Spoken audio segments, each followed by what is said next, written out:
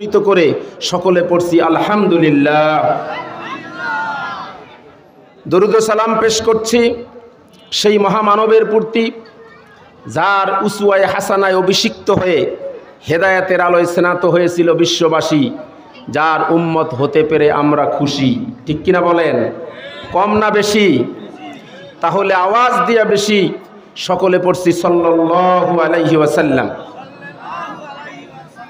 সম্মানিত উপস্থিতি, আমাকে বিষয় নির্ধারণ করে দেয়া হয়েছে। সেই নির্ধারিত বিষয়ের আলোকে আমি আপনাদের সামনে পবিত্র কোরআনুল কারীমের অত্যন্ত পরিচিত একটি সূরা, সেই সূরা থেকে প্রথমের ছোট্ট ছোট্ট তিনখানা আয়াতে কারিমা আপনাদের খেদমতে পেশ করেছি। এই সূরাটার নাম হলো সূরাতু আর রহমান। কি নাম? সূরা রহমান। এই নাম শোনেন নাই? সূরাতুর রহমান। এই সূরাটি অনেকেরই মুখস্থ আছে। এই সূরাটা মুখ রাখলে এই সূরার ভিতরে একটা আয়াত আছে, এই প্যান্ডেলের ভিতরে যারা আছেন অধিকাংশের হৃদয়ের মধ্যে আল্লাহ এই আয়াতটা গেঁথে দিয়েছেন। বলেন ঠিক কিনা? সে আয়াতটা হলো ফাবে আইয়া আলাই রব্বিকুমা তুকাজ্জিবান। কি শোনেন নাই আয়াতটি? এই আয়াতটি এই সূরার ভিতরে, এই সূরাটি ভিতরে আয়াত রয়েছে ৭৮টি। কোরআনুল কারীমের সূরার যে ক্রমিকভাবে সাজানো হয়েছে সেই ক্রমানুসারে এই সূরার সিরিয়াল হলো ৫৫ নম্বর সূরা। বলেন তো কত নম্বর সূরা? ৫৫ নম্বর সূরা। আর আয়াত রয়েছে কতটি? ৭৮টি।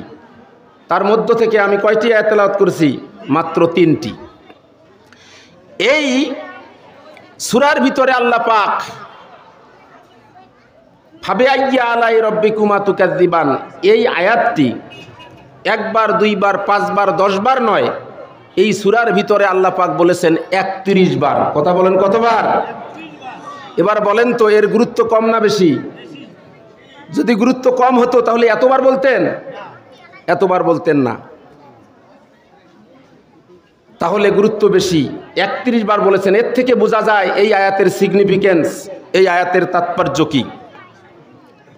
বিশ্বনবী সাল্লাল্লাহু আলাইহি ওয়াসাল্লাম এই সূরাটাকে বড্ড পছন্দ করতেন। তিরমিজির বর্ণনা, হযরত জাবের রাদিয়াল্লাহু তাআলা আনহু বর্ণনা করেন, বিশ্বনবী জনাবে রাসূলুল্লাহ সাল্লাল্লাহু আলাইহি ওয়াসাল্লাম একদিন সাহাবাদের মাঝে সূরা রহমান তেলাওয়াত করছেন। সাহাবাগণ মনোযোগের সাথে এই সূরা শ্রবণ করতেছেন, পিন পতন নীরবতা, কেউ বলে না কোনো কথা, ঠিক যেমনভাবে আপনারা বসে আছেন। বিশ্বনবী সূরাতুর রহমান তেলাওয়াত করলেন। সূরা রহমান তেলাওয়াত শেষে সাহাবাদের উদ্দেশ্যে বিশ্বনবী বললেন, ও আমার সাহাবারা শোনো, আমি তোমাদের সামনে সূরা রহমানটা তেলাওয়াত করলাম, তোমরা চুপচাপ শ্রবণ করলা, তোমরা কেউ কোনো কথা বললা না। অথচ এই সূরাটি লাইলাতুল জিনে তথা জিন রজনীতি, ইতিপূর্বে আমি আরাফাতের ময়দানে এই সূরাটি লাইলাতুল জিনে আমি জিনদের সামনেও তেলাওয়াত করেছিলাম, কিন্তু আমি দেখেছি তোমাদের সে জিনেরা এই সূরাটি শোনার পরে বেশি প্রভাবান্বিত হয়েছিল। সুবহানাল্লাহ। আল্লাহর হাবিব সাল্লাল্লাহু আলাইহি ওয়াসাল্লাম বলেন, আমি যতবার এই সূরাটি পড়ার সময় আমি যতবার এই ফাবে আইয়া আলাই রব্বিকুমা তুকাজ্জিবান বলেছিলাম, ততবার জিনেরা উত্তর দিয়েছিল। কি দিয়েছিল? উত্তর দিয়েছিল। কারণ কি? It's a question from your lord to mankind and jinnkind. এই আয়াতটা হলো মহাধীরাজ, রাজাধীরাজ মহান রব্বুল আলামিনের পক্ষ থেকে জিন এবং ইনসানকে ছুড়ে দেওয়া একটি প্রশ্ন। সেটা হলো ফাবে আইয়া আলাই রব্বিকুমা তুকাজ্জিবান, যে তোমরা কোন নিয়ামতকে তোমরা অস্বীকার করবা? আল্লাহ পাক এত অগণিত নিয়ামত আমাদেরকে দিয়েছেন, কোন নিয়ামতকে কি আমরা অস্বীকার করতে পারবো? এই আমাদের শরীরের দিকে যদি লক্ষ্য করি, এই শরীরের ভিতরে আল্লাহ রাব্বুল আলামিন কত নিয়ামতে আমাদেরকে দিয়েছেন। আমাদের প্রত্যেকটি অঙ্গ প্রত্যঙ্গ আল্লাহ পাকের নিয়ামত। কথা বলেন ঠিক কিনা? এই নেয়ামতগুলোর মধ্যে খেয়াল করে দেখেন, এক এক জায়গায় শরীরের এক এক জায়গার চামড়া এক এক রকম। আপনার কপালের চামড়া একরকম, গালের চামড়া হলো আর এক রকম। কপালের চামড়াগুলো শক্ত, গালের চামড়া তুলতুলে নরম, ঠিক কিনা বলেন? কারো বয়স 40 বছর, কারো বয়স 50, 60, 70 বছর। 50, 60, 70 বছর ধরে আপনি যে হাঁটতেছেন, বলেন তো পায়ের চামড়া কি কখনো ক্ষয় হয়ে গেছে? পায়ের তলার চামড়া হলো একরকম, পায়ের উপরের চামড়া হলো আর এক রকম। পায়ের উপরের চামড়াটা যদি তলার মধ্যে লাগে দিত তাহলে কি আমরা হাঁটতে পারতাম? আল্লাহ রাব্বুল আলামিন এমনভাবে সুবিন্যস্ত করেছেন, সূরা 3-এর ভিতরে আল্লাহ জানিয়ে দিলেন, লাকাদ খলাকনাল ইনসানা ফি আহসানি তাকওয়িম। আল্লাহু আকবার বলেন। আল্লাহ রাব্বুল আলামিন এত সুন্দর অবয়ব দিয়ে, এত সুন্দর কাঠামো দিয়ে, চমৎকার একটা কাঠামো দিয়ে আমাদেরকে তৈরি করেছেন। যেখানে যেটা সেটিং করা দরকার আল্লাহ সেটাই করেছেন। আমাদেরকে কয়টা চোখ দিয়েছেন আল্লাহ? 2টা। ছোট্ট 2টা চোখ দিয়ে আমরা বিশাল পৃথিবীটা দেখতে পাচ্ছি। এখন বলেন তো, আজকে বিজ্ঞান যেটা আবিষ্কার করছে, কালকের বিজ্ঞান সেটা বলতেছে ওটা ওল্ড হয়ে গেছে, নতুন একটা আবিষ্কার করতেছে, ঠিক কিনা বলেন? আগে মোবাইলে শুধু কথা বলা যেত, বাটন ফোন, এখন টাচ ফোন। এখন কত উন্নত মানের ফোন, আইফোন, কত উন্নত মানের ফোন। দিন যাচ্ছে আরো কি হচ্ছে, বিজ্ঞান যেটা আবিষ্কার করছে, আগামী দিনের বিজ্ঞান সেটাকে ওল্ড করে তারা নতুন আবিষ্কার করছে। কিন্তু বলেন তো, আজ পর্যন্ত কোনো বিজ্ঞান, কোনো ডাক্তার, কোনো ইঞ্জিনিয়ার কি বলতে পেরেছে যে আল্লাহ রাব্বুল আলামিন মানুষ তৈরি করেছেন সেই কত আগে, এটা ব্যাকডেটেড হয়ে গেছে, এই মানুষের আকৃতিটা এটা ঠিক হয় নাই, এর আল্লাহ 2টা চোখ দিয়েছে, 2টা চোখ দিয়ে একটা যদি সামনে দিত একটা পিছনে দিত তাহলে ভালো হতো, আমরা সামন পিছন একসঙ্গে দেখতে পেতাম। এটা কেউ বলছে কোনো দিন? কেমন দেখা যেত বলেন তো, একটা চোখ সামনে একটা পিছনে? ভালো দেখা যেত? ভালো দেখা যেত না। মানে যেটা যেভাবে দেয়া দরকার ওইভাবে আল্লাহ পাক দিয়েছেন। এই জন্য আল্লাহ রাব্বুল আলামিন এই সূরার ভিতরে যতবার বলেছেন ফাবি আইয়া লাই রব্বিকুমা তুকাদ্দিবান, আল্লাহর হাবিব বলেন ততবার চীনেরা বলেছিল রব্বানা লা নুকাদ্দিবু বিশাইয়্যিম মিন নিআমিকা ফালাকাল হাম। ও আল্লাহ, আমরা আপনার কোনো নিয়ামতকে অস্বীকার করি না, কোনো নিয়ামতকে আমরা কি করি না, অস্বীকার করি না। সমস্ত প্রশংসা কার জন্য? আল্লাহর জন্য। এরপরে বাইহাকি শরীফের একটা বর্ণনা, আল্লাহর হাবিব সাল্লাল্লাহু আলাইহি ওয়াসাল্লাম বলেন, ইন্না লিকুল্লি শাইইন আরুস ওয়া আরুসুল কোরআনে সূরাতু আর-রহমান। আল্লাহর হাবিব সাল্লাল্লাহু আলাইহি ওয়াসাল্লাম বলেন, প্রত্যেকের জন্য নববধূ আসে, আসে না? যারা বিয়ে করেছেন বলেন তো, নববধূ পান নাই? পাইছেন? এ যুবক ভাইয়েরা, তোমরা আফসোস করো না, তোমরাও নববধূ পাবা। তার মানে প্রত্যেকের জন্য কি আছে? নববধূ আছে।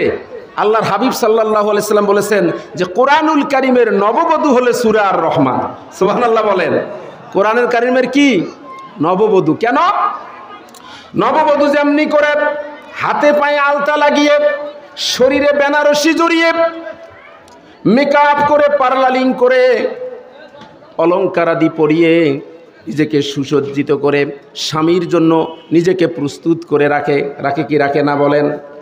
ঠিক তেমনি করে আল্লাহ রাব্বুল আলামিন এই সূরা রহমানের ৭৮টা আয়াতের ভিতরে আল্লাহ রাব্বুল আলামিন এই পৃথিবীতে আমাদেরকে যত নেয়ামত দিয়েছেন, মরার পরে জান্নাতের ভিতরে আল্লাহ রাব্বুল আলামিন আমাদেরকে যতগুলো নেয়ামত দিবেন, সব নেয়ামতগুলো আল্লাহ রাব্বুল আলামিন সূরা রহমানের মধ্যে অত্যন্ত সুবিন্যস্তভাবে, সারিবদ্ধভাবে সাজিয়ে সূরা রহমানটা নাজিল করে দিয়েছেন। চিৎকার দিয়ে বলেন আল্লাহু আকবার।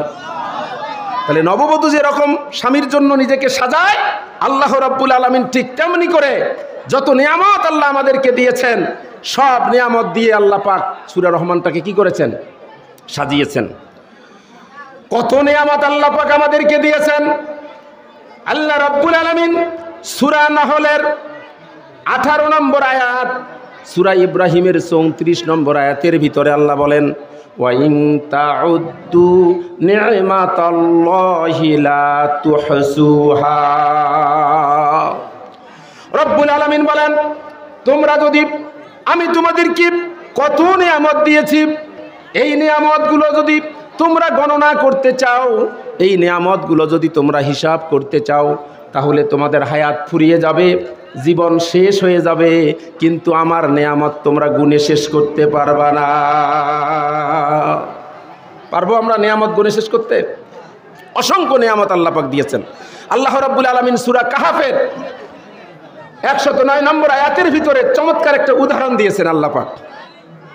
রব্বুল আলামিন বলেন, কুল লাউ কানাল বাহরু মিদাদান লিকালিমাতি রাব্বি লানাফিদাল বাহরু ক্বাবলা আন তানফাদা কালিমাতু রাব্বি ওয়ালাউ জি'না বিমিসলিহি মাদাদা। আল্লাহু আকবার বলেন। আল্লাহ রাব্বুল আলামিন বলেন, ও হাবিব, আপনার রবের প্রশংসা, আপনার রবের কথা কেউ যদি লিখতে চায়, কেউ যদি আপনার রবের প্রশংসা লিখতে চায়, এটা লেখার জন্য সমুদ্রের মধ্যে যতগুলো পানি আছে সেই পানিগুলোকে যদি কালি বানায়, সমুদ্রের পানিগুলোকে কি বানায়? কালি বানায়। আচ্ছা বলেন তো, মহাসাগর কয়টা বলতে পারবেন? এর মধ্যে সবচাইতে বড় মহাসাগর হলো প্রশান্ত মহাসাগর। কি মহাসাগর? প্রশান্ত মহাসাগর। এর সবচাইতে গভীরতম জায়গার নাম হলো মারিয়ানা ট্রেঞ্চ। এর গভীরতা হলো 36,000 ফিট। কত ফিট? 36,000 ফিট। দ্বিতীয় বৃহত্তম মহাসাগর হলো আটলান্টিক মহাসাগর। এর সবচাইতে গভীরতম জায়গার নাম হলো পোর্টোরিকো। এর গভীরতা হলো 33,000 ফিট। তাহলে কত পানি চিন্তা করেন। তাহলে এই মহাসমুদ্রের ভিতরে কত পানি আছে বলেন তো? পৃথিবীতে পানি কতগুলো? কয় ভাগ পানি বলেন তো? 3 ভাগেই পানি। আল্লাহ রাব্বুল আলামিন বললেন, তোমার প্রভুর কথা, তোমার প্রভুর প্রশংসা লেখার জন্য যদি এই সমুদ্রের পানিগুলোকে কালি বানা হয়, আর পৃথিবীতে যত বৃক্ষ আছে এই বৃক্ষর পাতাগুলোকে যদি খাতা বানা হয়, সমুদ্রের পানি নামক কালি দিয়ে বৃক্ষের পাতা নামক খাতার উপরে যদি লেখা শুরু করা হয়, আল্লাহ রব্বুল আলামিনের প্রশংসা, আল্লাহ রব্বুল আলামিনের গুণ কীর্তন লেখার আগেই সমুদ্রের পানি শেষ হয়ে যাবে। এর সাথে যদি এরপরে যদি সমপরিমাণ আবার পানি একত্রিত করা হয়, সে পানিও শেষ হয়ে যাবে, কিন্তু আল্লাহর প্রশংসা লেখে কি করা যাবে না? শেষ করা যাবে না। তো এই হলো, এই জন্য এই সূরাটা হলো, আরেকটা নাম হলো কোরআনুল কারীমের নববধূ। সূরা রহমানের আরেকটা নাম কি? কোরআনুল কারীমের নববধূ। তো আমি আপনাদের সামনে এই নববধূ সূরার 3টা ছোট্ট আয়াতে কারিমা তেলাওয়াত করেছি। এর আলোকে অত্যন্ত অল্প সময়ের মধ্যে কিছু কথা বলবো। এই জন্য আপনারা কি আমাকে একটু সহযোগিতা করবেন? এর জন্য যদি আপনাদের কাছে কিছু আমি চাই, আমাকে দেবেন? দেবেন? আমি বাইরে যারা দাঁড়িয়ে আছেন ভাই, আপনাদেরকে বিনীত অনুরোধ করছি, মাহফিলে আসেন, আপনারা বসে পড়েন। এটা এই মুহূর্তে এটা সাধারণ কোনো জায়গা না, এই মুহূর্তে এটা ভিশনারি স্কুল অ্যান্ড কলেজ না, এই মুহূর্তে এটা হলো আল্লাহর হাবিবের ঘোষণা অনুযায়ী, এটা বাগে জান্না, এটা হলো পার্ট অফ হেভেন। এই মুহূর্তে এটা একটা জান্নাতের টুকরায় পরিণত হয়েছে, বলুন সুবহানাল্লাহ। তাহলে জান্নাতের বাহিরে যারা অবস্থান করছেন, আমি বিনীত অনুরোধ করব আপনারা ভিতরে প্রবেশ করেন আর আমাকে একটু সহযোগিতা করবেন। সেই সহযোগিতাটা কিভাবে করবেন ছোট্ট একটা উদাহরণ দিয়ে সেটা আমি শুরু করছি। ওই আপনাদের রংপুর এলাকার এক লোক, সচরাচর ঢাকা যায় না, তো ঢাকা গেছে এক কাজে, তো কাজের কাজ সেরে দুপুরবেলা লাঞ্চ করবে। তো চিন্তা করছে ঢাকা তো সবসময় আসি না, তো এখানে দেখি খুব একটা ভালো রেস্টুরেন্টে গিয়ে একটু লাঞ্চ করব। তো রেস্টুরেন্টে ঢুকছে একটা দরজা দিয়ে, ঢুকে দেখে যে ওখানে দরজা 3টা। কয়টা? এ বাবা মনে রাখবা কিন্তু, পরে আবার প্রশ্ন করব। কয়টা দরজা? 3টা। একটা দরজার সামনে লেখা হলো বাঙালি খাবার, একটা দরজার সামনে লেখা হলো চাইনিজ খাবার, আর একটা দরজার সামনে লেখা হলো ইংরেজি খাবার। তো চিন্তা করছে সবসময় তো খাই না, তা যেহেতু খাবো তাহলে আজকে একটু চাইনিজ খাবারে খাবো। তো চাইনিজ খাবারের দরজা দিয়ে ঢুকে পড়ছে। ঢুকে দেখে আবার 2টা দরজা। কয়টা? 2টা দরজা। একটা দরজার মধ্যে লেখা হলো এখানে খাবেন, আর একটা দরজার সামনে লেখা যে বাসায় নিয়ে খাবেন। তো ও ভাবছে যে আমি তো এখানে খাবো, আমি তো আর বাসা নিয়ে যাব না, বাসা হলো রংপুর, এই জন্য এখানে খাবেন দরজা দিয়ে ঢুকছে। ঢুকে দেখে আবার দরজা দুইটা। কয়টা? দুইটা। দরজার হিসাব নিব কিন্তু আবার। কয়টা দরজা? দুইটা। একটা দরজার মধ্যে লেখা এসি, আর একটা দরজার মধ্যে লেখা নন এসি। তো বেচারা চিন্তা করছে যে যেহেতু সবসময় তো খাবো না, একদিন তো খাবো, তাহলে এসি রুমে আরাম করে খাই, গরমের দিনে গেছে। তো এসি রুমে খাবেন এই দরজা দিয়ে ঢুকছে। ঢুকে দেখে আবার দরজা দুইটা। কয়টা? দুইটা। একটাতে লেখা হলো নগদে খাবেন, আর একটাতে লেখা হলো বাকিতে খাবেন। এখন রংপুরি এই যুবক চিন্তা করেছেন, যতই আমাদেরকে রংপুরের মফিজ বলুক, লাগবে না, যতই আমাদেরকে রংপুরের মফিজ বলুক, আমি কিন্তু অত মফিজ না যেখানে এত নামি দামি রেস্টুরেন্টে এসি রুমে খাবো, আবার চাইনিজ খাবার খাবো, এত সুন্দর দামি খাবার এসি রুমে বসে খাওয়ার পরে এই খাবার যদি পাওয়া যায় বাকিতে, কোন বলদে খাবে নগদে? কোন মফিজে নগদে খাবে? আমি সেই মফিজ না। এত সুন্দর খাবার যদি বাকিতে খাওয়া যায় তাহলে সেটা কি কেউ ছাড়বে? এই জন্য বাকিতে খাবেন এই দরজা দিয়ে ঢুকছে। ঢুকে দেখে মাশাআল্লাহ, বের হয়ে দেখে ও রাস্তার মধ্যে। কোথায়? একদম হোটেলের বাহিরে রাস্তা, পিছনে আবার কি রাস্তা, আর ওয়ালের মধ্যে লেখা যে পাগলা হাওয়া খা। কি খা? হাওয়া খা। বাকিতে যখন খাবো হাওয়া খা, কারণ হাওয়া তো আল্লাহ বাকিতে দিছে। যে অক্সিজেন দিছে, যে বিদ্যুৎ বিলের মতো যদি এই অক্সিজেনের বিল নিত আল্লাহ, তাহলে কি আমরা বেঁচে থাকতে পারতাম? অক্সিজেন কিনে, হ্যাঁ, আইসিইউতে যাদেরকে রাখে, দেখেন কি অবস্থা। তা পাগলা যখন খাবা বাকিতে, তাহলে কি খা? হাওয়া খা। তো ওই জন্য আপনারা যে সহযোগিতা আমাকে করবেন, দয়া করে বাকিতে ওই সহযোগিতাটা করেন না। আমি যা বলতে বলবো নগদে নগদে বলবেন। বলবেন তো ইনশাল্লাহ? হ্যাঁ, আমি যদি কিছু প্রশ্ন করি আপনারা নগদে নগদে একটু উত্তর দিবেন। ওই বাকিতে উত্তর দেন না, আজকে বলবো কালকে গিয়ে উত্তর দিবেন, তাহলে ওই পাগলা হাওয়া খা এই অবস্থা হবে। ঠিক কিনা বলেন? তা বলবেন তো ইনশাল্লাহ? সহযোগিতা করবেন? তা লিল্লাহে তাকবীর, লিল্লাহে তাকবীর। তাহলে কয়টা আয়াত আমি তেলাওয়াত করেছি? তিনটা। এই তিনটা আয়াত তাফসির বোঝার জন্য তার আগে আমাদেরকে তিনটা কথা বুঝতে হবে। কয়টা? তিনটা কথা। এক নম্বর কথা হলো এই আয়াতের শানে নুজুলটা কি। দুই নম্বর কথা হলো এই সূরাটার নাম সূরা আর রহমান হলো কেন। তিন নম্বর মানে কথা হলো যে এই সূরা রহমান শব্দের অর্থ কি। তাহলে এক নম্বর কি? এই সূরার শানে নুজুল। আর দুই নম্বর কি? নামকরণ। এই সূরার নাম সূরা রহমান হলো কেন। তিন নম্বর হলো রহমানের অর্থ কি। এখন আসুন শানে নুজুল। এক নম্বর হলো শানে নুজুল। শানে নুজুল আবার তিনটা জিনিসের হয়। কয়টা? তিনটা জিনিসের হয়।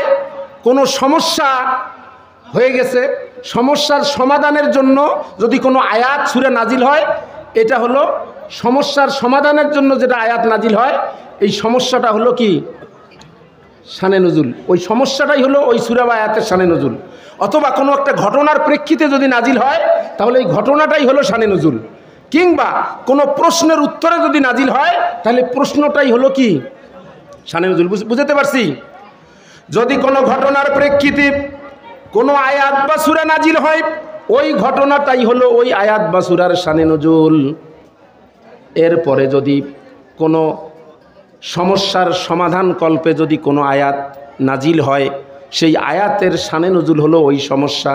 ঠিক তেমনি করে কোনো প্রশ্নের উত্তরে যদি আয়াত নাজিল হয়, ওই প্রশ্নটাই হলো ওই আয়াত বা সূরার শানে নুজুল।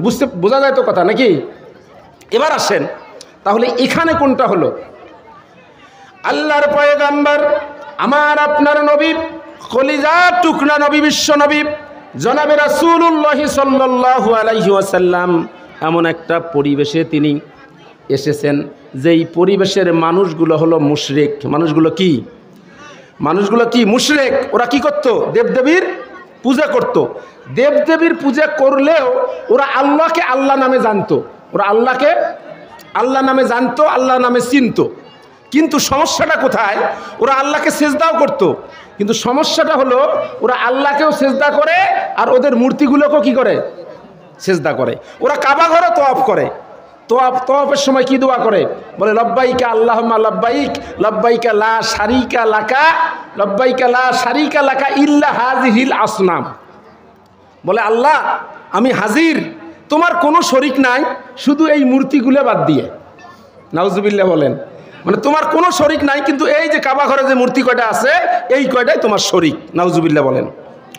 আল্লাহর পয়গম্বর বিশ্বনবী জনাবে রাসূলুল্লাহ সাল্লাল্লাহু আলাইহি ওয়াসাল্লাম তিনি নবুয়ত পাওয়ার পরে ঘোষণা করে দিলেন, ও কাফের মুশরিকের গোষ্ঠীরা শুনে রাখো, তোমরা কেবলমাত্র শুধুমাত্র একমাত্র আল্লাহর কদমে সেজদা করবা, আল্লাহর কদম ছাড়া তোমরা মূর্তি পূজারে সেজদা করতে পারবা না। আল্লাহ রাসূল এসে মূর্তি পূজাকে সিজদা করার জন্য নিষেধ করে দিলেন যে কেবলমাত্র সেজদা করতে হবে কার কাছে? আল্লাহর পায়ে। এই সময় তারা বিশ্বনবীর বিরোধিতা শুরু করে দিল। এক পর্যায়ে কিছুদিন যাওয়ার পরে আল্লাহ রাব্বুল আলামিন আয়াত নাজিল করলেন, 25 নম্বর সূরা ফুরকানের 60 নম্বর আয়াত। আল্লাহ রাব্বুল আলামিন বললেন, ওয়া ইযা কিলা লাহুমুসজুদু লিররহমানি ওয়া ক্বালু আমার রহমান। আল্লাহু আকবার বলেন। আল্লাহ রাব্বুল আলামিন আয়াত নাজিল করে দিলেন, ওয়া ইযা কিলা লাহুমুসজুদু লিররহমান। আল্লাহর হাবিব সাল্লাল্লাহু আলাইহি ওয়াসাল্লাম এই আয়াত নাজিল পড়ার পরে ঘোষণা করে দিলেন যে তোমরা রহমানের পায়ে কি করো? সেজদা করো। এতদিন কি বলছে? আল্লাহকে সেজদা করো। এখন এই আয়াত নাজিল হওয়ার পরে বিশ্বনবী জানিয়ে দিলেন, এখন কি করো তোমরা? রহমানের পায়ে সেজদা করো। তখন কাফির মুশরিকরা বলতেছে, হোয়াট ইজ দিস মুহাম্মদ, তুমি এগুলো কি বলো? এতদিন বললা তুমি আল্লাহর সেজদা করতে, আর আজকে আবার বলতেছো রহমানের সেজদা করতে। আসলে ওরা জানে না আল্লাহ যিনি রহমানও। এটা কি জেনে বলছে না না জেনে বলছে? আমি কিন্তু সরাসরি তাফসির করতেছি, অন্য কোনো কিন্তু গল্প করতেছি না, এই জন্য মনোযোগ দিতে হবে। তাহলে ওরা কিন্তু জানে না যে রহমানও কার নাম?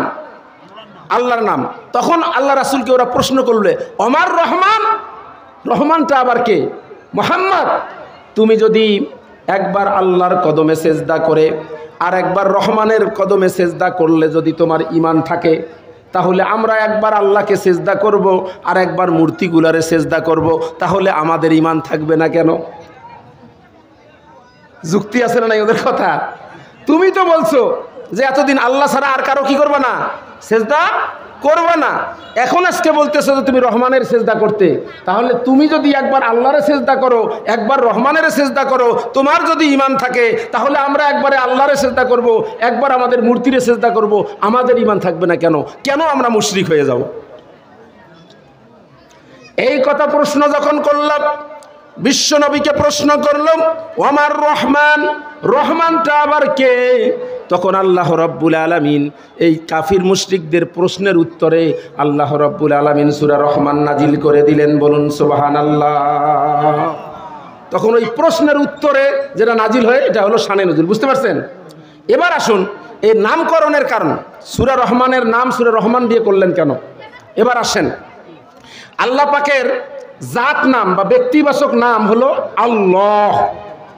আল্লাহর একমাত্র একটা নাম, যেই নামে আল্লাহর অস্তিত্ব বোঝায়, সেই নামটা কি বলেন তো? আল্লাহ। আল্লাহ না, আল্লাহ। এই নামটি এমন একটা ব্যক্তিবাচক নাম, এই আল্লাহ নামের ভিতরে যতগুলো হরফ আছে, আপনি যদি একটা একটা করে হরফ বাদ দেন, শেষ পর্যন্ত যদি একটা হরফ অবশিষ্ট থাকে, তারপরে ওই হরফটা দিয়েও আল্লাহর অস্তিত্ব বোঝা যায়। চিৎকার দিয়ে বলেন আল্লাহু আকবার। যেমন তাহলে আল্লাহ, আলিফ লাম লাম হা, কি হয়? আল্লাহ। আলিফ বাদ দিলেন, তাহলে কি থাকে? লিল্লাহ। লিল্লাহ দিয়ে আল্লাহকে বোঝায় না? লিল্লাহি মা ফিস সামাওয়াতি ওয়া মা ফিল আরদ, আল্লাহকে বোঝায়। আরো একটা লাম বাদ দেন, তাহলে কি থাকে? লাহু। লাহু মুলকুস সামাওয়াতি ওয়া মা ফিল আরদ। এবার ওটা লামও বাদ দেন, কি থাকে? হু। হুয়াল্লাহুল্লাযী লা ইলাহা ইল্লাহু, আছে না নাই? এই নামটা হলো আল্লাহর একমাত্র ব্যক্তিবাচক নাম। এই নামের মাধ্যমে আল্লাহর অস্তিত্ব বোঝায়। এছাড়া আল্লাহ রাব্বুল আলামিনের যে নাম হলো, সেই নাম হলো, বাকি যে নামগুলো হলো, এগুলো আল্লাহর সিফতি নাম। কি নাম? সিফতি নাম, মানে গুণবাচক নাম। এই সিফতি নামের মধ্যে প্রসিদ্ধ নাম হলো, সিফতি নামের মধ্যে প্রসিদ্ধ নাম হলো 99টা। কয়টা?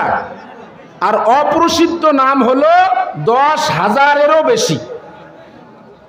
এই প্রসিদ্ধ নাম যে 99টা, এটা আবার দুই প্রকার। কয় প্রকার? দুই প্রকার। সেটা হলো, এই নামগুলোর মধ্যে কিছু নাম আছে, সেটাকে বলা হয় সিফতে খাসা। তাফসীরের ভাষায় কি বলা হয়? সিফতে খাসা। যেই গুণটা শুধুমাত্র আল্লাহর আছে, এটা অন্য কারো নাই। যেমন খালিক, মানে সৃষ্টি কর্তা, সৃষ্টি কর্তা। তাহলে এই গুণটা বলেন তো আল্লাহ ছাড়া আর কারো আছে? এটা হলো আল্লাহর সিফতি গুণ, এবং এটা সিফতে খাসা, এটা নির্দিষ্ট শুধু আল্লাহর গুণ। যেমন সৃষ্টি আল্লাহ ছাড়া আর কেউ করতে পারে না। এখন মনে করতে পারেন যে টেবিলের মধ্যে তার কাটা লাগিয়ে তো টেবিল বানায়, ব্রেঞ্চ বানায়, খাট বানায়, বানায় না? তাহলে এটাও তো মানে তৈরি করে। এটা তৈরি না, ভালো করে বুঝবেন। এটাকে বলে আবিষ্কার। কি বলে? তৈরি আর আবিষ্কার কিন্তু এক জিনিস না। যারা করতেছে, বিজ্ঞানীরা যা করে, এটা আবিষ্কার করে। কোনো বিজ্ঞানীর ক্ষমতা নাই আল্লাহর কোনো কিছু তৈরি করা। কথা বলেন ঠিক কিনা? যেমন মিস্ত্রি লোহা ব্যবহার করে, লোহাটা কার? কাঠ ব্যবহার করে, কাঠটা কার? যে হাত ব্যবহার করে, হাতটা কার? তার মানে যা ব্যবহার করে সব আল্লাহর। সুতরাং খালিক, স্রষ্টা, একমাত্র আল্লাহর গুণ। এটা এই গুণ আর অন্য কারো। এই রকম আছে রাজ্জাক, রিজিক দাতা, এটা আল্লাহর গুণ। ঠিক কিনা বলেন? এই রকম কিছু গুণ আছে, নাম আছে আল্লাহর, যেগুলো শুধুমাত্র আল্লাহর জন্য খাস। এই গুণটা আর অন্য কারো নাই। আবার কিছু আছে আল্লাহর নাম, সেগুলো হলো সিফতি নাম। এই গুণটা আল্লাহরও আছে, অন্য কারো আছে। যেমন ধরেন সামিউন বাসীর, আল্লাহ শোনেন, আল্লাহ দেখেন। তাহলে আল্লাহও শোনেন, আমরা শুনি না? তাহলে এই গুণটা আল্লাহরও আছে, আমাদেরও আছে। আল্লাহ দেখেন, আমরাও দেখি। তাহলে এই গুণটা আল্লাহরও আছে, আমারও আছে। তাহলে এই ধরনের গুণগুলোকে বলা হয় সিফতে আম্মা। এখানে আল্লাহ পাক যে রহমান দিয়ে বলেছেন, এই রহমানটা হলো সিফতে খাস। এই রহমান মানে, এই রহমান হলো সিফতে খাস। এইটা আল্লাহ ছাড়া অন্য কারো রহমান বলা যাবে না। এটা মানুষ না জেনে অনেকে আমরা শিরক করি। না জেনে কি করি? অনেকে রহমান ডাকি না। কাউকে রহমান নামে ডাকা যাবে না, বলতে হবে আব্দুর। কিন্তু রহিম আবার বলা যাবে। রহিম কিন্তু আল্লাহর সিফতি নাম না, মানে সিফতি নাম কিন্তু খাস না। রহিম বলা যাবে, কিন্তু রহমান বলা যাবে না। কেন বলা যাবে না পরে বলতেছি আমি। এখন চিন্তা করে দেখেন, না জানার কারণে অনেক শিরক করি।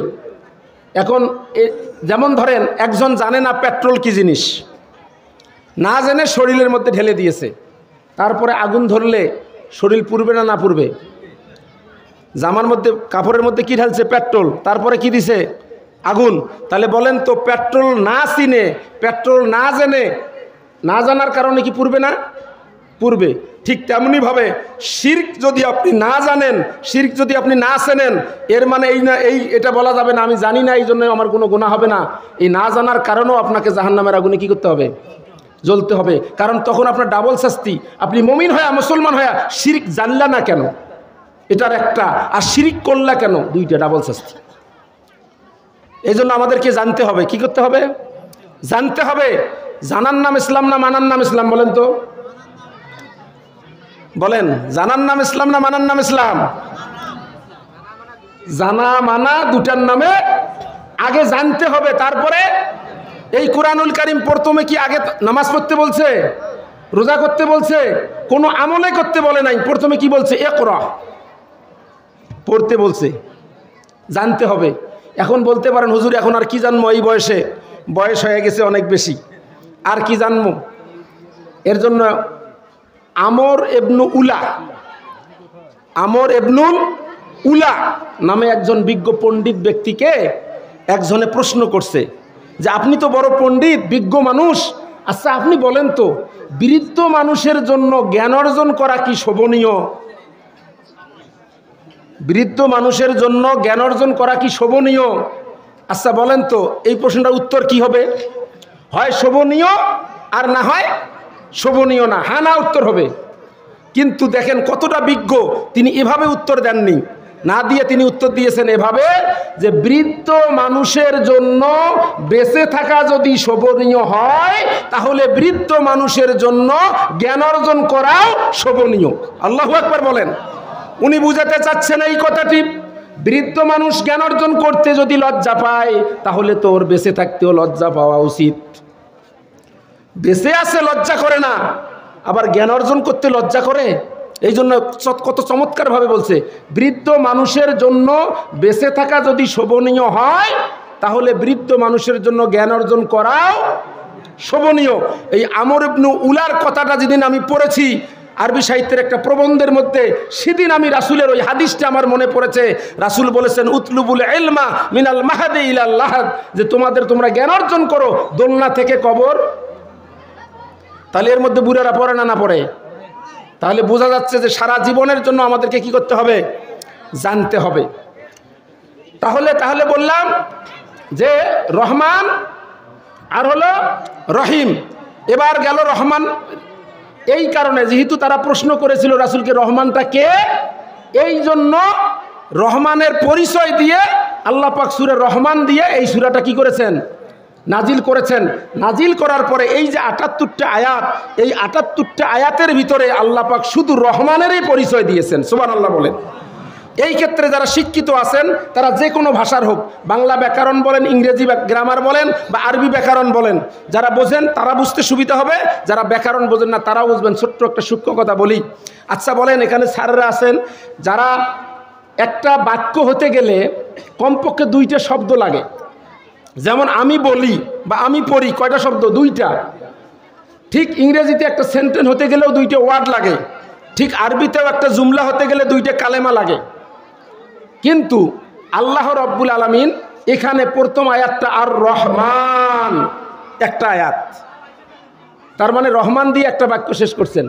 তাহলে বলেন তো, তাহলে আল্লাহ কি গ্রামার কম বোঝে? আমাদের ভিতরে যাদের ন্যূনতম কি আছে? ঈমান আছে। আমরা জানি আল্লাহ গ্রামার কম জানেন না। তাহলে এখানে কেন হলো? এর কারণটা হলো কাফেররা যেহেতু জানতে চেয়েছেন,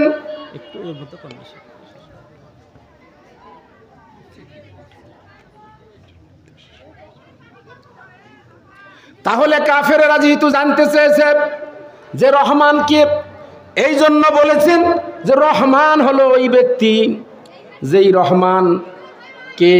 এই রহমান আরবি গ্রামার অনুযায়ী যদি কোনো শব্দ এসএম দিয়ে শুরু হয় সেটা হলো মুফতাদা। এই রহমানটা হলো মুফতাদা। পরের অংশটা হলো আর রহমান আল্লামাল কোরআন হলো প্রথম খবর, খবরে উলা। আর খলাকাল ইনসান এটা হলো খবরে সানি। এই রকম করে করে এই সম্পূর্ণ ৭৮টা আয়াতকে আল্লাহ পাক খবর ধরে এটার মুফতাদা বানিয়ে দিয়েছেন আর রহমানকে। এই মুফতাদা খবর মিলে জুমলা পরিপূর্ণ হয়েছে। সুবহানাল্লাহ বলেন। এবার আসেন, এই রহমান মানে রহমান শব্দের অর্থ হলো দয়ার সাগর। রহমান মানে কি? দয়ার সাগর। আর রহমান আল্লামাল কোরআন খলাকাল ইনসান। খুব ভালো করে খেয়াল করবেন, রহমান মানে হলো দয়ার সাগর, দয়াল আল্লাহ। আল্লামাল কোরআন, কোরআন শিক্ষা দিয়েছেন। আর খলাকাল ইনসান, মানুষ তৈরি করেছেন। আচ্ছা এবার বলেন তো, মানুষের সৃষ্টি আগে হয় না মানুষের শিক্ষা আগে হয়? শিক্ষা আগে হয় না সৃষ্টি আগে হয়? সৃষ্টি আগে হয়। তাহলে আল্লাহ কি বললেন? দয়াল আল্লাহ কোরআন শিক্ষা দিয়েছেন, মানুষ তৈরি করেছেন। তাহলে আল্লাহ তাহলে উল্টো করে বললেন কেন? আল্লাহ কি উল্টো করে বলতে পারে? তাহলে এখানে কি হলো? আগে শিক্ষা দিলেন, মানুষে তো তৈরি হয় নাই, তাহলে কেমন করে আল্লাহ এটা বললেন? হওয়া উচিত ছিল আর রহমান খলাকাল ইনসান আল্লামাল কোরআন, ঠিক কিনা? এবার খেয়াল করেন, এটা বুঝতে হলে আপনাকে মানুষ সম্পর্কে আগে বুঝতে হবে। এই পৃথিবীতে মানুষ হলো দুই ধরনের। কয় ধরনের মানুষ? দুই ধরনের মানুষ। একটা মানুষ হলো জন্মগত মানুষ, আর একটা হলো গুণগত মানুষ। জন্মগত মানুষ হলো মানুষের পেট থেকে জন্মিলেই সেটা মানুষ। মানুষের পেট থেকে জন্মিলেই সেটা মানুষ। যেমন কুকুরের পেট থেকে জন্মিলেই কুকুর, ছাগলের পেট থেকে জন্মিলে ছাগল, গরুর পেট থেকে জন্মিলে গরু। এই মানুষ হওয়ার জন্য কোনো শিক্ষার দরকার ABCD আলিফ বা তা ABC কিচ্ছু লাগে না, সরা কিচ্ছু লাগে না। এটা হলো জন্মগত মানুষ। আর এক প্রকার মানুষ হলো গুণগত মানুষ। সে মানুষ কোন মানুষ? যার ভিতরে মানুষের গুণ আছে। যার ভিতরে কি আছে? মানুষের গুণ আছে। তাহলে মানুষের গুণ কি? যদি মনে করেন আমি খেতে পারি, এটা আমার গুণ, এটা মানুষের গুণ, যদি এইটা হয় তাহলে তো মহিষ তো বেশি খায় আপনার চেয়ে। তাহলে আপনার চেয়ে বড় মানুষ হওয়ার কথা মহিষ। যদি বলেন আমি ঘুমাই, এটা আমার মানুষের গুণ, তাহলে গাধা আপনার চেয়ে বড় মানুষ হওয়ার কথা। যদি বলেন আমি সন্তান জন্ম দিতে পারি, এই গুণটা আমার আছে, আমি মানুষ, তাহলে আপনার চেয়ে বড় মানুষ হলো কুত্তা। কুত্তাতে বেশি জন্ম দেয়। তাহলে বোঝা গেল এই গুণগুলো কি মানুষের গুণ? মানুষের এগুলো গুণ নয়। তাহলে মানুষের গুণ তাহলে কোনগুলো? আপনি যদি এই গুণগুলোর কারণে নিজেকে মানুষ দাবি করেন, তাহলে আপনি কুকুরকে কেন জানোয়ার বলবেন? তাহলে বোঝা গেল এই গুণগুলো দিয়ে মানুষ গুণগত মানুষ হয় না। এই গুণগত মানুষ হলে তাকে কি করতে হবে? তাকে কোরআন শিক্ষা দিয়েই তাকে গুণগত মানুষ হতে হবে। তাহলে শিক্ষা হওয়ার পরেই কি করতে হবে? মানুষকে গুণগত মানুষ হতে হবে, শিক্ষার পরেই গুণগত মানুষ হতে হবে। তাহলে কোরআনের শিক্ষা যদি আপনার থাকে, তাহলে আপনি কি হতে পারবেন? গুণগত মানুষ। গুণগত মানুষ কারা হবে? যারা এটা জানবে যে আল্লাহ পাক তাকে কি উদ্দেশ্যে তৈরি করেছেন, সেই উদ্দেশ্যটা যখন সে বুঝবে, তখন সে হবে গুণগত মানুষ। কি হবে? গুণগত মানুষ। এবার খেয়াল করেন আল্লাহ পাক আমাদেরকে কি উদ্দেশ্যে তৈরি করেছেন। আল্লাহ রাব্বুল আলামিন আমাদের সৃষ্টির আগেই আল্লাহ পাক আমাদের উদ্দেশ্যের কথা জানিয়ে দিয়েছেন। আল্লাহ রাব্বুল আলামিন সূরা বাকারার 30 নম্বর আয়াতে আল্লাহ পাক বলেছেন, ইন্নী জাইলুন ফিল আরদি খলিফা। আমি পৃথিবীতে কি পাঠাবো? আমার প্রতিনিধিত্ব, আমার খলিফা আমি নিযুক্ত করব। এটা হলো আল্লাহ রাব্বুল আলামিন এই গুণ দিয়ে কি করেছেন? মানুষকে সৃষ্টি করেছেন তার খেলাফত প্রতিষ্ঠা করার জন্য, আল্লাহর খেলাফত প্রতিষ্ঠা করার জন্য। সেই খেলাফতটা কি দিয়ে সাজাতে হবে? কোরআন দিয়ে। কোরআন দিয়ে রাষ্ট্র পরিচালনা করার জন্যই আল্লাহ পাক কি করেছেন? মানুষকে তৈরি করেছেন। এখন আজকে আপনারা জানেন, আজকে 15.5 বছর পরে এই বাংলাদেশ থেকে, এই বাংলাদেশে জালিমের পতন হয়েছে। কথা বলেন ঠিক কিনা? এখন জালিমের তো পতন হয়েছে। আল্লাহ রাব্বুল আলামিন তিনি বলেছেন যে ফাকুতিয়া দাবিরুল কওমিল্লাযিনা যালামু ওয়ালহামদুলিল্লাহি রাব্বিল আলামিন, যে জালিমের শিকড়কে উফরে ফেলা হয়েছে। জালিমের শিকড় কি হয়েছে? উফরে ফেলা হয়েছে। আচ্ছা বলেন তো, যেই শিকড়টা উফরে ফেলা হয় সেই গাছ কোনোদিন হয় আরো নতুন করে জন্মাতে পারে? সেটা কি হয়? সেটা শুকে যায়, পরবর্তী সেটা কি হয়ে যাবে? খড়ি হয়ে যাবে, পুড়ে যাবে। সুতরাং জালিম যাদের পতন হয়েছে তারা জ্বলে পুড়ে ছারখার হয়ে যাবে, কিন্তু তাদেরকে আবার তাদের কি হওয়ার সুযোগ নাই, তাদেরকে আবার প্রতিষ্ঠিত হওয়ার সুযোগ নাই। তো জালিমের পতন হওয়ার পরে এখন আমাদের করণীয়টা কি? করণীয় কাজ হলো যে আমরা এই বাংলাদেশে আমরা সকল শাসন দেখেছি, দেখি নাই?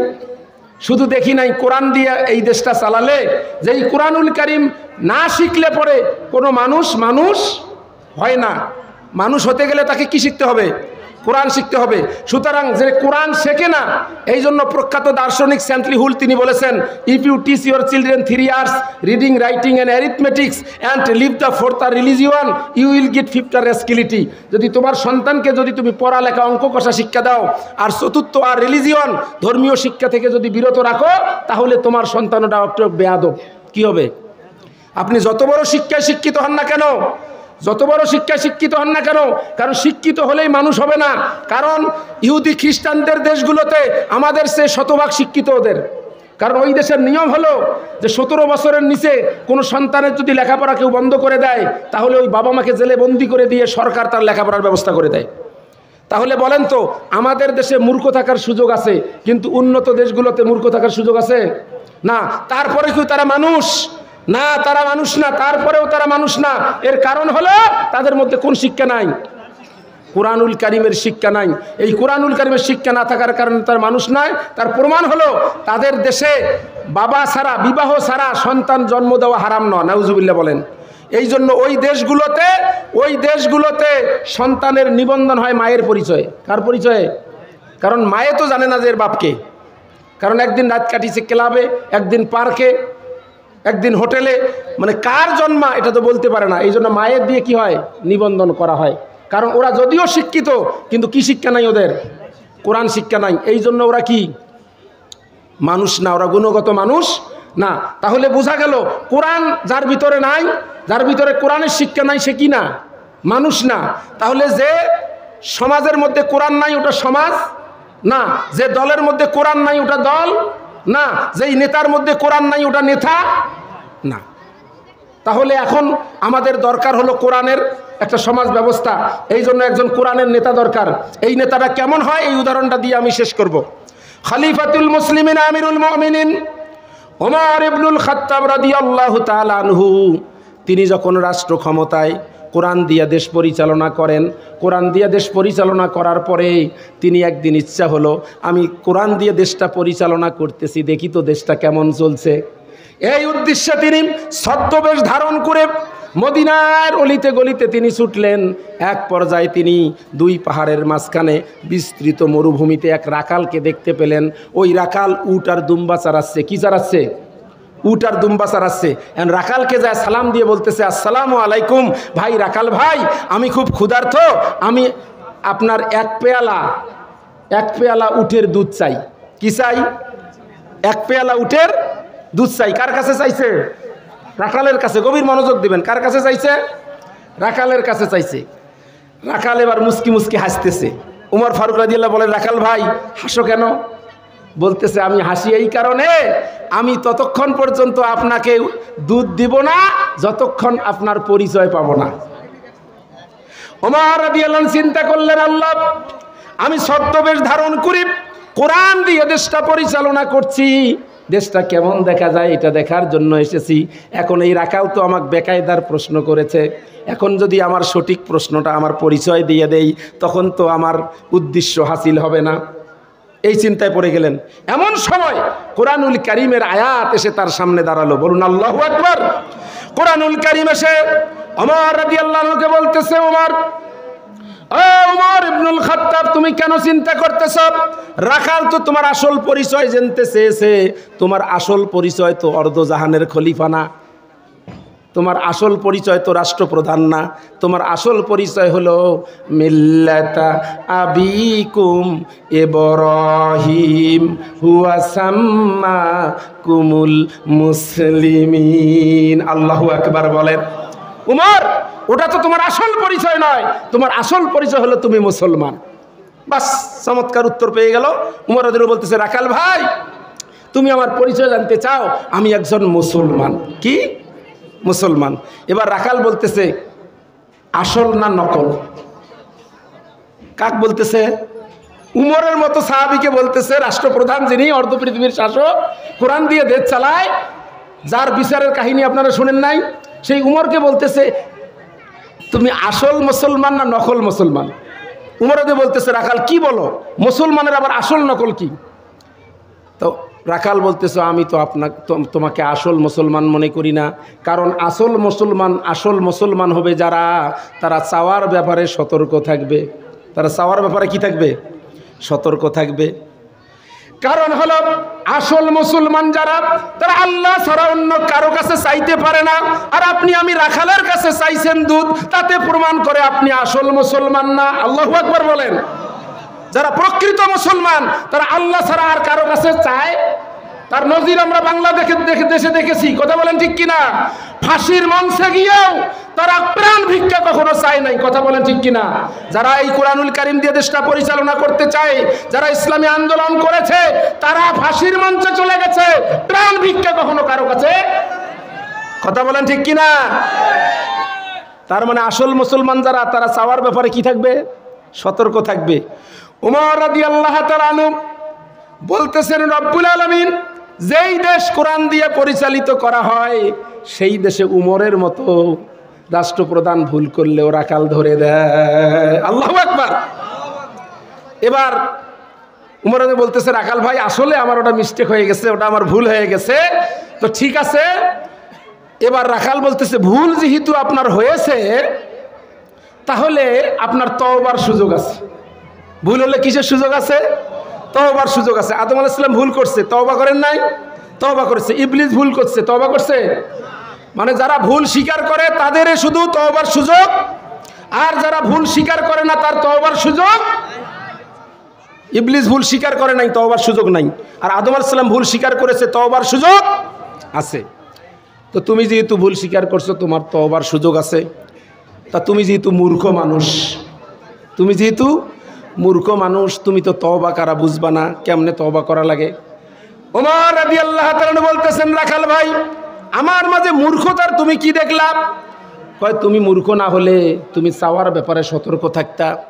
তো ঠিক আছে, এখন তাহলে তুমি তো আস্তাগফার পড়ো, আস্তাগফিরুল্লাহ রাব্বি মিন কুল্লি যামবিন ওয়া আতুবু ইলাই, লা হাওলা ওয়ালা কুওয়াতা ইল্লা বিল্লাহিল আলিয়্যিল আযীম। তাহলে এবার তওবা করলেন।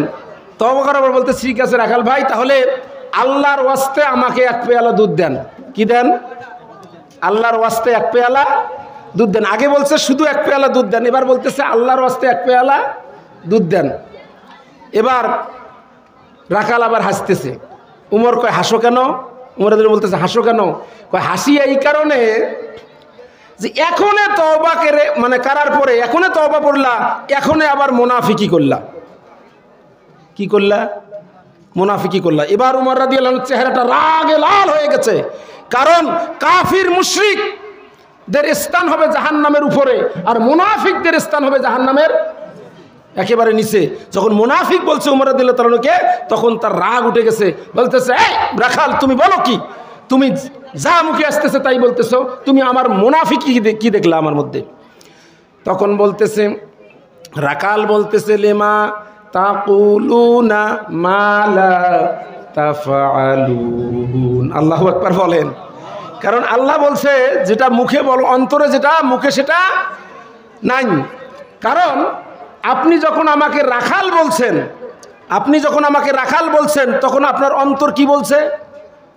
আপনার অন্তর এটা বলছে যে আমি এগুলোর মালিক না। যদি এগুলো মালিক হতাম তাহলে আপনি আমাকে রাখাল বলতেন না। যেহেতু আপনি আমাকে রাখাল বলছেন, তাহলে আপনার অন্তর বলতেছে এগুলোর মালিক না। তাহলে অন্তর বলতেছে এগুলোর মালিক না, আপনি আমার কাছে দুধ চাচ্ছেন, তার মানে আপনি মুনাফিকি করছেন। এবার উমর রাদিয়াল্লাহু তাআলা লজ্জিত হয়ে গেলেন। বলতেছেন, রাখাল এবার বলতেছেন যে যদি আপনি আমার কাছে দুধ পেতে চান, তাহলে আপনি ওই 10 মাইল দূরে আমার মালিক আছে, সেই মালিকের কাছে গিয়ে অনুমতি নিয়ে আসেন, তাহলে আমি আপনাকে এক পেয়ালা দুধ দিব। এবার উমর বলতেছে, রাখো তোমার মালিক, ওই যে চলো পাহাড়ের গুহার ভিতরে চলে যাই। না, তার আগে বলছে আমি তোমাকে 10টা টাকা দিব, তুমি আমাকে এক পেয়ালা দুধ দাও। এবার রাখাল বলতেছে, তুমি উমরকে চেনো না। বলছে, পথিক তুমি উমরকে চেনো না, যেই উমর কোরআন দিয়ে রাষ্ট্র চালায়, সেই উমর রাষ্ট্রে তুমি আমাকে ঘুষ দিতে চাও? এটা যদি উমরের গোয়েন্দা সংস্থা যদি টের পায়, আমারও অবস্থা খারাপ, তোমারও এই বয়সে কি করতে হবে? জেলের গাড়ি টানতে হবে। তুমি কাকে কি বলো? এই দেশে ঘুষ চলে, এই দেশ কোরআন দিয়ে চলে। তখন উমর বলতেছে, রাখাল তাহলে চলো ওই পাহাড়ের গুহার মধ্যে চলে যাই, গুহার মধ্যে আমি তোমাকে টাকা দিব, তুমি আমাকে দুধ দিবা। বলতেছে, তখন রাখাল আসমানের দিকে তাকিয়ে বলতেছে, ও পথিক তুমি আমাকে পাহাড়ের গুহায় যেতে বলো, সেখানে গিয়ে ঘুষ নিয়ে দুধ দিতে বলো, অথচ আমার মালিক, আসল মালিক যিনি, এখানে আমার মালিক না দেখলেও আমার আসল মালিক যিনি, তিনি দেখবেন। এবার উমর রাদিয়াল্লাহু তাআলা আনহু এবার সেজদায় পড়ে গিয়ে আল্লাহর কাছে কাঁদলেন যে আল্লাহ, যেই রাষ্ট্র কোরআন দিয়ে পরিচালিত করা হয় সেই দেশে উমর ভুল করলেও রাকাল ধরে দেয়, সেই দেশে উমরকে রাকাল তওবা পড়ায়। আবার সেই উমরকে সেই দেশে একটা রাখালে আল্লাহর মধ্যে কি তাকওয়া দিয়েছে। এবার সেজদায় পড়ে কাঁদতেছে, রাখাল পিছন থেকে ডাক দিয়ে বলতেছে যতই কাঁদো দুধ দেব না, যতই কাঁদো দুধ দেব না। উমর রাদিয়াল্লাহু বলতেছে রাখাল আমার দুধ লাগবে না, দুধ লাগবে না, আর দুধের দরকার হবে না। তবে তুমি বলো, তুমি যে এই যে তোমার ভিতরে যে আল্লাহ ভীতি, তোমার ভিতরে তাকওয়া, যে কেউ না দেখলে কে দেখে? আল্লাহ। সবচাইতে বড় আমল হলো কেউ না দেখলে আল্লাহ দেখে, কেউ না দেখলে। এই যে আমলের বিনিময়ে তুমি কি চাও? সঙ্গে সঙ্গে রাখাল পড়তেছে রব্বানা আতিনা ফিদ দুনিয়া হাসানাতাও ওয়া ফিল আখিরাতি হাসানা। ওমর রাদিয়াল্লাহু বলতেছে রাখাল, তোমাকে বললাম তো তুমি এর বিনিময়ে কি চাও? তুমি যা আল্লাহকে এত ভয় করো, এর বিনিময়ে তুমি কি চাও? তুমি তা না বলিয়া তুমি কোরআনের আয়াত পড়লে কেন? এবার রাখাল বলতেছে এই জন্য তো তোমাকে আমি মূর্খ বলি, কারণ আল্লাহ এই আয়াতের ভিতরে দুইটা চাওয়ার কথা বলেছে। একটা হলো রব্বানা আতিনা ফিদ দুনিয়া হাসানা, দুনিয়ার সৌন্দর্য চাইছি আমি, আর একটা হলো আখিরাতের সৌন্দর্য। দুনিয়ার সৌন্দর্য হলো আমার অনেক কামনা বাসনা, আমি এই নয়ন দিয়ে একটা বারের জন্য, যেই উমরের জন্য, যেই উমরের কোরআনের শাসনের জন্য আমি এতটা তাকওয়া অর্জন করতে পেরেছি, যেই উমরের শাসনের কারণে আমি আল্লাহর জান্নাতের আশা করতে পেরেছি, সেই উমরকে আমি অন্তত যেন দেখতে পারি নিজের নয়ন দুইটা দিয়ে, চোখ দুইটা দিয়ে। এইটা হলো আমার দুনিয়ার চাওয়া। আর আখিরাতের চাওয়া হলো আল্লাহ যেন আখিরাতে আমাকে জান্নাত দিয়ে দেয়। ওমর রাদিয়াল্লাহু তাআলার সঙ্গে সঙ্গে রাখালের হাতটা ধরে হাতের মধ্যে এভাবে চুমু খেলেন। রাখাল বলে রে পাগল নাকি, আমার ঘামা হাতে চুমু খাও কেন? বলতেছে রাখাল তোমার 2 নম্বর চাওয়াটা আল্লাহ পূরণ করে দিয়েছেন, কারণ আল্লাহ বলেছেন ইন্নাল্লাযীনা ক্বালু রাব্বুনাল্লাহ সুম্মা ইসতাকামু, ইন্নাল্লাযীনা ক্বালু রাব্বুনাল্লাহু সুম্মা ইসতাকামু তাতানাজ্জালু আলাইহিমিল মালাইকাতু আল্লা তাখাফু ওয়া লা তাহজানু ওয়া আবশিরু বিল জান্নাতিল্লাতী কুনতুম তুআদুন। আল্লাহ যারা ইমানের উপর অটল থাকে আল্লাহ তার জন্য জান্নাতের ফয়সালা করে দিয়েছেন। তোমার 2 নম্বরটা কি আল্লাহ পূরণ করে দিয়েছে। এবার রাখাল হাসতেছে। তো উমর বলে হাসো কেন? যে ওই 2 নম্বরটা যেটা বাকি ওইটার কথা তো ঠিকই বললা, ওই 2 নম্বরটা পাবো মরার পরে, ওইটা আগে বললা। নগদ যে আমি উমরকে দেখতে পাই সেটা তুমি কেন বললা না? এটা বলতে তোমার সমস্যা কোন জায়গায়? উমর রাদিয়াল্লাহু তাআলা বলতেছেন আল্লাহ যেই রাখাল আমাকে ভণ্ড বলেছে, আমাকে ভেজাইলে মুসলমান বলেছে, 2 নম্বর মুসলমান বলেছে, যেই রাখাল আমাকে তওবা পড়িয়েছে, যেই রাখাল আমাকে মুনাফিক বানিয়েছে, এই মুহূর্তে যদি আমি রাখালের সামনে পরিচয় দেই যে তুমি যে উমরকে দেখতে চাচ্ছ, যে তোমার কামনা বাসনা উমরকে দেখা, সেই উমর আর কেউ নয়, তোমার সামনে দাঁড়িয়ে আছি এই উমর, আমি এই কথাটা বলাও সারা, এই রাখাল কলিজা ফেটে মরাও সারা। এই অবস্থা হবে। এখন আমি কি করব? সঙ্গে সঙ্গে কোরআন তার সামনে এসে হাজির হয়ে বললাম ওয়ানাজ্জালনা আলাইকাল কিতাবা তিবিয়ানাল লিকুল্লি শাইইন ওয়া হুদাও ওয়া রাহমাতাও ওয়া বুশরা লিল মুসলিমিন। আল্লাহু আকবার বলেন। তখন কোরআন বলল সব সমস্যার সমাধান কোরআনে আছে। তখন বলল যে রাখালকে বলল যে তুমি ঠিকই আছে, তুমি কি দেখতে চাও? বলে হ্যাঁ আমি দেখতে চাই। কোথায় চলেন তো, আমাকে নিয়ে চলেন। উমর কোথায়? তখন উমর বললেন ইন্নাল্লাহা মা'আস সাবিরিন, ধৈর্য ধরো, উমরকে তুমি দেখতে পাবা। তো কিভাবে দেখা পাবে আমি আর আলোচনা বাড়ালাম না। যদি কখনো সময় সুযোগ হয়, যে ঘটনাটা বাকি রেখেছি এটাও বলবো ইনশাআল্লাহ। আরও আপনাদের সামনে সুযোগ হলে কোরআনুল কারীমের আলোকে ইনশাআল্লাহ কথা বলার চেষ্টা করব। ওমা তৌফিকি ইল্লা বিল্লাহ। আসসালামু আলাইকুম ওয়া রাহমাতুল্লাহি ওয়া বারাকাতুহু।